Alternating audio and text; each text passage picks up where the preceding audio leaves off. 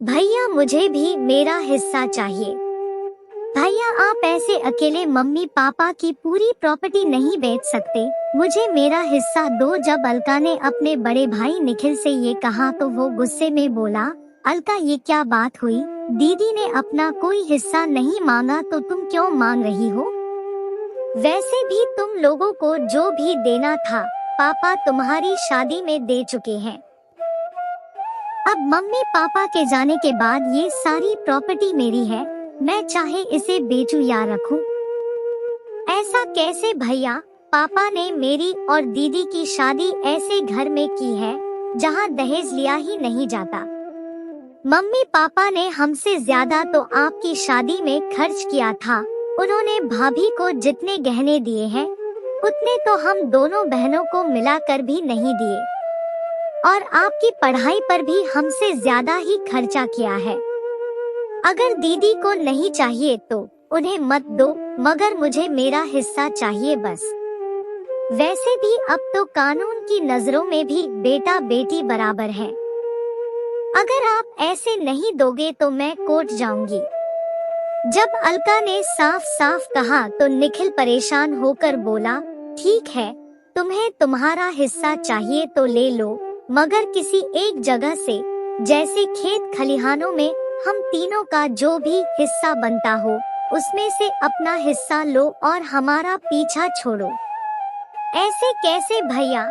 मुझे हर चीज में हिस्सा चाहिए, चाहे वो घर हो या खेत। और अगर एक ही जगह हिस्सा देना है तो ये पूरा घर हमें दे दो। अलका की बात सुनकर निखिल खींचकर बोला, हर जगह से तुम्हें हिस्सा कैसे दे दे? मैं एकलौता बेटा हूँ, तो पापा ने घर ऐसा नहीं बनाया था जिसके हिस्से हो सके। अगर एक हिस्सा तुम्हें दे दिया तो घर बिकेगा ही नहीं। तो ठीक है, मैं हर जगह से अपना हिस्सा ले लूंगी।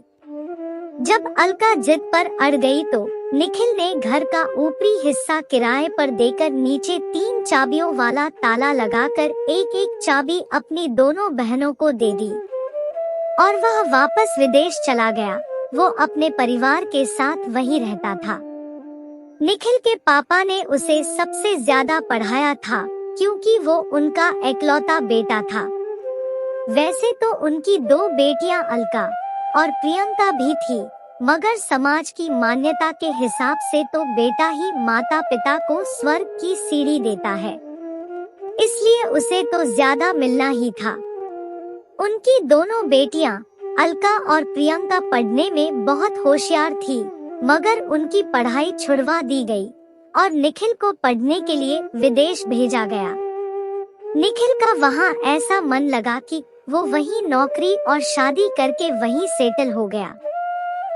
शुरू में तो निखिल साल 2 साल में आता था, मगर वहाँ काम और परिवार बढ़ने के साथ उसका घर आना ना के बराबर हो गया। जब मम्मी बीमार थी तो उसे देखने के लिए तरसती थी, मगर वो आ ही नहीं पाया। एक दिन उन्होंने निखिल के लिए तरसते हुए अपनी आंखें बंद कर ली, मगर वो तब भी नहीं आ सका। और जब आया तो पापा की हार्ट अटैक से मृत्यु हो गई। वो आनन फानन में 3 दिन का सफर करके यहाँ पहुँचा। अब उसे पापा को अग्नि देने का फर्ज जो पूरा करना था, या यूँ कह लो कि वो अपने आप को पापा की प्रॉपर्टी का अकेला वारिस समझकर आ रहा था, क्योंकि छोटे शहरों में वसीयत का कोई नियम नहीं है। वहाँ तो बेटा ही पिता की प्रॉपर्टी का वारिस होता है, फिर चाहे उसने बेटा होने का फर्ज निभाया हो या नहीं। मगर यहाँ अलका ने अपना हिस्सा मांगकर सब खराब कर दिया। अलका ने अपना हिस्सा मांग लिया तो वो अपने ही भाई बहन की नजरों में दुश्मन बन गई। बहन को जहाँ वो भाई की नाराजगी की वजह लग रही थी, तो वहीं भाई को गले की फांस लग रही थी, जो ना निगलते बन रही थी और ना उगलते बन रही थी। कुछ सालों बाद उन तीनों को उनके चाचा के बेटे की शादी का निमंत्रण मिला, जिसमें निखिल इस उम्मीद से आ रहा था कि शायद इस बार बात बन जाए और वो सारी प्रॉपर्टी बेच सके। चाचा ने अलका को ना चाहते हुए भी बुलाया था, क्योंकि निखिल ने कहा था। दूसरा कारण ये था कि अलका और उसके पति का उसके चचेरे भाइयों के साथ अच्छा व्यवहार था। और तीसरा, छोटे शहरों में पुरानी रिश्तेदारी ऐसे ही नहीं तोड़ी जाती। मगर शादी में अलका के साथ सभी ऐसा व्यवहार कर रहे थे जैसे उसने अपना हिस्सा मांगकर कोई अपराध कर दिया हो। उसकी बुआ तो उसे सुनाते हुए बोली, देखो जरा इस लड़की को, इसकी आंखों में जरा भी शर्म नहीं है। मुझे तो ये सोचकर ही शर्म आ रही है कि ऐसी लालची लड़की मेरी भतीजी है, जिसने अपने भाई से हिस्सा मांगकर उसे पराया ही कर दिया है। अब पानी अलका के सर के ऊपर हो गया था। वो अपनी बुआ और बाकी रिश्तेदारों से थोड़ा गुस्से में बोली, आप लोग मुझे नीचा दिखाना बंद करो। मैंने अपना हक मांगकर कोई अपराध नहीं किया है। हर बेटी की ये इच्छा होती है कि उसका मायका कभी ना छूटे। अगर मेरी भी ये इच्छा है तो क्या गलत है? और बुआ, मैंने भैया को पराया नहीं किया है। वो तो खुद विदेश में बस कर पराये हो गए हैं। इनका परायापन तो मैं क्या बताऊं।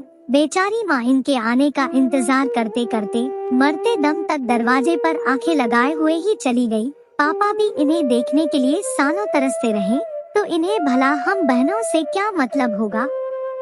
अब आप ही बताओ, जब हम बहनों का मन होगा अपने बचपन को याद करने का या अपने मायके जाने का, तो किसके दरवाजे पर जाएंगी? बुआ, आप बताओ, आपकी शादी को इतने साल हो गए, क्या आप मायके का मोह छोड़ पाई है? आपके तो 2 भाई हैं, एक नहीं रहे तो क्या दूसरे तो हैं आपको बुलाने के लिए। मेरा तो एक ही भाई है जो सब कुछ बेचकर विदेश में जाकर रहेगा। बाकी परिवार वाले हमें बुलाने की जिम्मेदारी क्यों लेंगे? बस इसीलिए मैंने भैया से अपना हक मांगा था, ताकि जब हमारा मन हो हम दोनों बहनें अपनी जड़ों को सींच सकें। बिना जड़ों के तो कोई भी पेड़ हरा भरा नहीं रह सकता, तो हम बेटियां कैसे खुश रहेंगी भला? आप लोग मुझे लालची कह रहे हो। मैंने कौन सा भैया से बेईमानी करके पूरी प्रॉपर्टी मांग ली है? मैंने तो भैया से कहा था कि मुझे बस ये घर दे दो, फिर चाहे सारे खेत खलियान बेच दो, मगर उन्हें तो सब कुछ बेचकर पूरा ही पैसा चाहिए। तो आप लोग उन्हें तो लालची नहीं कह रहे हैं। अलका के सवाल और भावनाओं को सुनकर चारों तरफ चुप्पी छा गई। किसी के पास कोई जवाब नहीं था। अलका की बहन प्रियंका ने रोते हुए उसे गले लगा लिया और कहा, अलका, तुम हमारे लिए इतना अच्छा सोच रही थी और मैं तुम्हें दोषी मान रही थी। मैंने तो ऐसे कभी नहीं सोचा था कि इसके बाद हमारा मायका हमेशा के लिए छूट जाएगा। और सोचती भी कैसे? हमारी सोच तो वही पुरानी सोच में उलझी हुआ है ना, कि मायके की प्रॉपर्टी माता पिता के बाद सिर्फ भाई की होती है। वो उसका जो चाहे करे, हमें कोई मतलब नहीं है। मगर तुम्हारी सोच ने मेरी आंखें खोल दी है। अब तो मैं भी निखिल से अपना हिस्सा लूंगी, प्रियंका ने निखिल की ओर देखते हुए कहा। प्रियंका बोली, बोलो निखिल, दोगे ना हम बहनों को उनका मायका? अपनी बहनों को रोता देख निखिल भी रो पड़ा और दोनों के हाथ को पकड़कर बोला, मुझे माफ कर दो अलका, विदेश में रहकर मेरी सोच भी वैसी ही हो गई। मैं मम्मी पापा से मिलने आना चाहता था, मगर मैंने हमेशा पैसों को रिश्तों से ज्यादा अहमियत दी, इसलिए उनसे मिलने का कभी समय ही नहीं निकाल पाया। मगर सबसे छोटी होते हुए भी तुमने जिस तरह सोचा है, मैंने कभी ऐसे नहीं सोचा। याद तो मुझे भी बहुत आती थी अपने घर की, अपने देश की। अब तक तो जब भी मैं अपने देश आता था तो आराम से अपने घर में रहता था। घर को बेचने के बाद मैं जब अपने देश आऊंगा तो कहाँ जाऊंगा? ये तो मैंने कभी सोचा ही नहीं। अब जब हमें अपनी गलती पता चल गई है, तो मैं उसे जरूर सुधारूंगा। अब हम अपना घर कभी नहीं बेचेंगे, ताकि जब भी हम यहाँ आए तो अपने मम्मी पापा और अपनी बचपन की यादों को फिर से जी सके।